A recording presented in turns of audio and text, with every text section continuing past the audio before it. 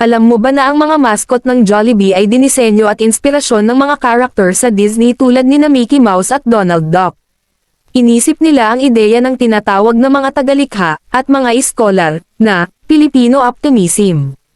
Ang isang katangian ng mga pangunahing halaga na nauugnay sa mga Pilipino, pamilya, kagandahang loob, mabuting pakikitungo, pasasalamat, kahihiyan, kakayahang umangkop, katapatan, masipag, at pagbibitiw, aka ang pag-uugali ng bahala na. Ang mga karakter ay batay sa mga produkto ng pagkain na ibinebenta ng kumpanya ng Jollibee, bagaman ang ilan ay sa kalaunan ay tumigil bilang mascot. Ang mga natira ay naging pangunahing bahagi ng ating kabataan upang tayo ay patuloy bigyan ng kasiyahan.